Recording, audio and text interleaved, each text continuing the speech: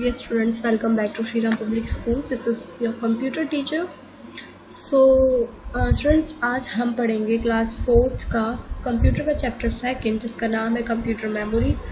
तो चलिए शुरू करते हैं. Inside a computer, there are different storage areas where it keep data permanently or temporarily while working on the data to produce the required output. Inside a computer, एक computer के अंदर there are different storage areas, अलग अलग storage areas होते हैं, ठीक है. Where it keep data permanently और टेम्परली, जहाँ क्या होता है डेटा को परमानेंटली या टेम्परली स्टोर किया जाता है. While working on data to produce required output, store कब तक किया जाता है? जब तक उस डेटा पे कार्य हो रहा है, या फिर जब हम उस डेटा पे काम करते हैं, किसी डेटा पे जब हम काम करते हैं तो उसको पहले स्टोरेज मेमोरी या फिर स्टोरेज एरियाज जो होते हैं कंप्यूटर के अंदर, उनके अंदर टेम्परेली या परमानेंटली स्टोर किया जाता है to produce the required output, ताकि हम आउटपुट प्रोड्यूस कर सकें, मतलब ताकि हम उस डेटा पर काम कर सकें और उसका आउटपुट आ सके. ठीक है, जब हम डेटा पे प्रोसेस करेंगे तभी तो आउटपुट आएगा. The storage area is known as the memory of the computer. तो ये जो स्टोरेज एरिया होते हैं कंप्यूटर के अंदर, उनको हम कंप्यूटर की क्या बोलते हैं? मेमोरी. क्या बोलते हैं? Memory. Okay. Memory is the major part of a computer. Memory एक कंप्यूटर का कैसा पार्ट है? मेजर पार्ट, मतलब बहुत ही इंपॉर्टेंट पार्ट है. It is similar to a human brain. जैसे एक ह्यूमन के अंदर ब्रेन होता है, जैसे इंसानों के अंदर उनका ब्रेन होता है, वैसे ही कंप्यूटर के अंदर एक मेमोरी भी होती है. जिससे हम ब्रेन के अंदर कई सारी चीज़ें, अपने दिमाग के अंदर कई सारी चीज़ें स्टोर करते हैं. कई सारी मेमोरीज जो होती हैं, पुरानी यादें या हमारी जो स्टडी है, पढ़ाई है, वो सब हम स्टोर करते हैं. ऐसे ही कंप्यूटर के अंदर भी मेमोरी के अंदर सारी चीज़ें स्टोर रहती हैं. नेक्स्ट हेडिंग है हमारी data storage. A computer process the input data and store the output data in the form of 0 and 1, which is called binary digits or bits. तो कंप्यूटर के अंदर क्या होता है? A computer process the input data and store output data. Computer जो होता है वो इनपुट डेटा को प्रोसेस करता है, मतलब जो यूज़र जो डेटा डालता है कंप्यूटर में, जो इनपुट करता है उसके ऊपर वह कार्य करता है, मतलब प्रोसेस करता है.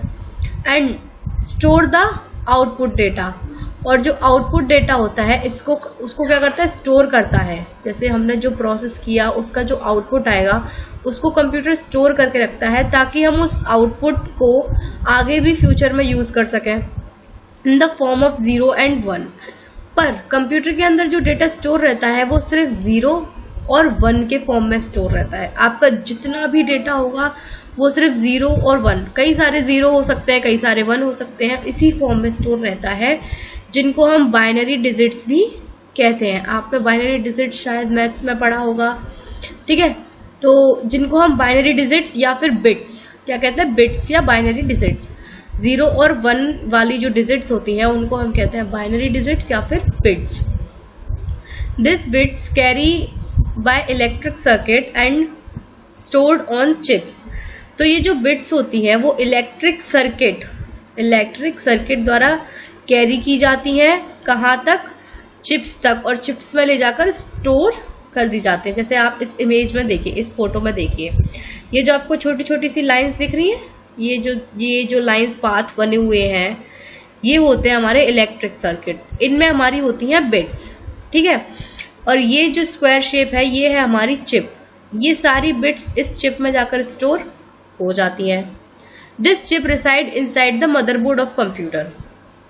तो आपने देखा होगा सीपीयू जो होता है उसके अंदर एक बोर्ड होता है जिसको हम मदरबोर्ड कहते हैं, पढ़ा भी होगा आपने पहले. तो मदरबोर्ड के अंदर ये सारी हमारी जो चिप्स होती हैं वो मदरबोर्ड के अंदर होती हैं, मदरबोर्ड पर ही फिट रहती है, मदरबोर्ड पर लगी रहती है इस तरीके से जैसे ये लगी हुई है. और ये यहाँ पर ये बिट्स, ये इलेक्ट्रिक सर्किट्स है सारे, ये बिट्स के फॉर्म में, मतलब इनमें से बिट्स ट्रांसफर हो रही हैं कहाँ तक? चिप तक. ओके, ये भी हमारी चिप है, ठीक है. ये हमारा मदरबोर्ड है. चलिए आगे बढ़ते हैं. Units of memory. अब हम देखेंगे मेमोरी की units. Bit is the smallest unit of information which a computer can process and store. एक बिट जो होती है वो सबसे छोटी यूनिट होती है, स्मॉलेस्ट यूनिट. जैसे हम बोले कि 1 डिजिट का सबसे छोटा नंबर कौन सा है, तो हम बोलते हैं 0 है, ठीक है. या 1 डिजिट का सबसे बड़ा नंबर कौन सा है, तो हम बोलते हैं 9 है. ऐसे ही बिट जो है वो सबसे छोटी यूनिट होती है of information which a computer can process and store. किसकी सबसे छोटी यूनिट? उस इंफॉर्मेशन की जिसको एक कंप्यूटर प्रोसेस करता है, जिसपे एक कंप्यूटर कार्य करता है जिस इंफॉर्मेशन पे, और जिसको स्टोर करता है. The information in a computer is stored in the form of bits and bytes. Computer के अंदर जो इंफॉर्मेशन स्टोर होती है वो किस फॉर्म में होती है? या तो बिट्स के फॉर्म में होगी या फिर बाइट्स के फॉर्म में होगी, ठीक है. ये बिट्स मैंने आपको भी बताया 0 और 1, ठीक है. बाइट्स भी 0 1 होते हैं, पर जान लेते हैं बिट्स और बाइट्स में क्या अंतर है. एक बार डिफरेंस देख लेते हैं बिट्स और बाइट्स में. तो पहले हम एक डायग्राम दिया है उसको देखते हैं. सबसे पहले हमें दिया है डेटा.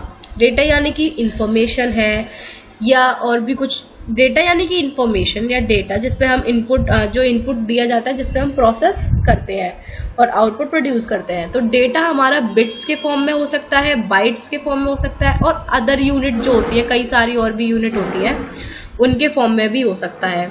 तो जो बिट है वो सबसे स्मॉलेस्ट यूनिट होती है, मतलब सबसे छोटी यूनिट होती है, ठीक है. देखते हैं कैसे. Bit 1 bit plus 1 bit plus 1 bit plus 1 bit is equals to 1 nibble. तो जब हमारी 4 बिट्स प्लस होती है तब हमारा एक निबल बनता है. आ रहा है आपको समझ में? मतलब बिट सबसे छोटी यूनिट होती है. तो सबसे छोटी यूनिट है तो हम जाहिर से आता है बड़ी यूनिट बनाने के लिए बिट पे बिट प्लस करेंगे. तो जब हमारी 4 बिट प्लस होती है तब हमारा 1 निबल बनता है. और इसी तरीके से जब 1 bit 2 bit 3 bit 4 bit 5 bit 6 bit 7 bit 8 bit, जब हमारी 8 बिट प्लस होती है तब हमारा 1 बाइट बनता है. आ रहा है आपको समझ में? 8 bit is equals to 1 byte और 4 bit is equals to 1 nibble. A group of 4 bit is called a nibble. 4 bit का एक ग्रुप होता है nibble and a group of 8 bit is called a byte. और 8 बिट का एक ग्रुप होता है एक बाइट, ठीक है. थोड़ा सा नीचे देखते हैं. एक और हमें डायग्राम दिया है, इसमें हमें थोड़ा और अच्छे से समझाया गया है कैसे. 1 KB is equals to 2 power 10 bytes is equals to 1024 bytes. तो जो 1 KB होता है ये भी एक यूनिट, ये भी यूनिट्स हैं सारी. KB यानी कि किलोबाइट, MB यानी कि मेगाबाइट, GB यानी कि गीगाबाइट, TB यानी कि टेराबाइट और PB यानी कि पेटाबाइट. तो KB सबसे छोटी यूनिट है, MB KB से थोड़ी सी बड़ी, GB MB से बड़ी, TB जेटाबाइट अभी तक की, ठीक है. तो 1 KB में हमारे होते हैं 2 की पावर 10 बाइट्स. अब 2 की पावर 10 बाइट्स समझ रहे हो आप कितना हो गया? करके देखते हैं एक बार थोड़ा सा हम. 2 multiply by 2 multiply by 2 multiply by 2 multiply by 2 multiply by 2 multiply by 2 कितने हो गए? 1 2 3. 2 multiply 2 is equals to 4. Okay.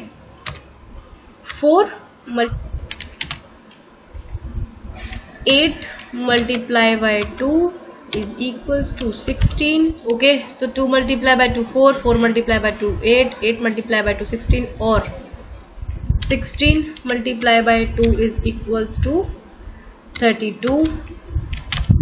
32 multiply by 2 is equals to 64. 64 multiply by 2 is equals to 128. okay, 128 multiply by 2 is equals to 256. 256 multiply by 2 is equals to 512. 512 multiply by 2 is equals to 1024। तो इस तरीके से हमारी bytes, हम bytes को calculate कर सकते हैं। तो 1 kilobyte is equals to 2 की पावर 10 बाइट्स, ठीक है। 1 मेगाबाइट इज इक्वल्स टू 2 की power 10 kilobytes. 1 kilo gigabyte is equals to 2 की power 10 megabytes. 1 terabyte is equals to 2 की पावर 10 गीगाबाइट्स और 1 पेटाबाइट इज इक्वल्स टू 2 की पावर 10 टेराबाइट। तो इस तरीके से हमारी बाइट्स हम कैलकुलेट कर सकते हैं। ओके, समझ में आ रहा है। 1 किलो बाइट में 1024 बाइट होती हैं, 1 मेगाबाइट में 1024 किलोबाइट होती हैं, 1 गीगाबाइट में 1024 मेगाबाइट होती हैं, 1 टेराबाइट में 1024 गीगाबाइट होती हैं और 1 पेटाबाइट। नेक्स्ट है हमारा, नेक्स्ट हेडिंग है हमारी टाइप्स ऑफ मेमोरी। तो टाइप्स ऑफ मेमोरी थोड़ा सा देख लेते हैं क्या होते हैं टाइप्स ऑफ मेमोरी, कितने टाइप्स की होती है। प्राइमरी मेमोरी और सेकेंडरी मेमोरी। प्राइमरी मेमोरी के भी 2 टाइप्स होते हैं, रैम और रोम, रैंडम एक्सेस मेमोरी और read only memory. Secondary memory के 4 टाइप्स होते हैं। सबसे पहला होता है हमारा हार्ड डिस्क ड्राइव, फिर सीडी, फिर डीवीडी और फिर पेन ड्राइव। इसके बारे में हम और अभी आगे अच्छे से जानेंगे। ये हमारी वीडियो का पार्ट 1 है, आगे का चैप्टर हम पार्ट 2 में पढ़ेंगे। तो तब तक के लिए आप ये अच्छे से पढ़िए, मेमोरी क्या होता है, आप कैलकुलेट कीजिए अपने आप से कि कितने मेगाबाइट, कितने गीगाबाइट, कितने टेराबाइट होते हैं 1 बाइट में, ठीक है। आपको अपनी अगली वीडियो में, तब तक के लिए बाय बाय।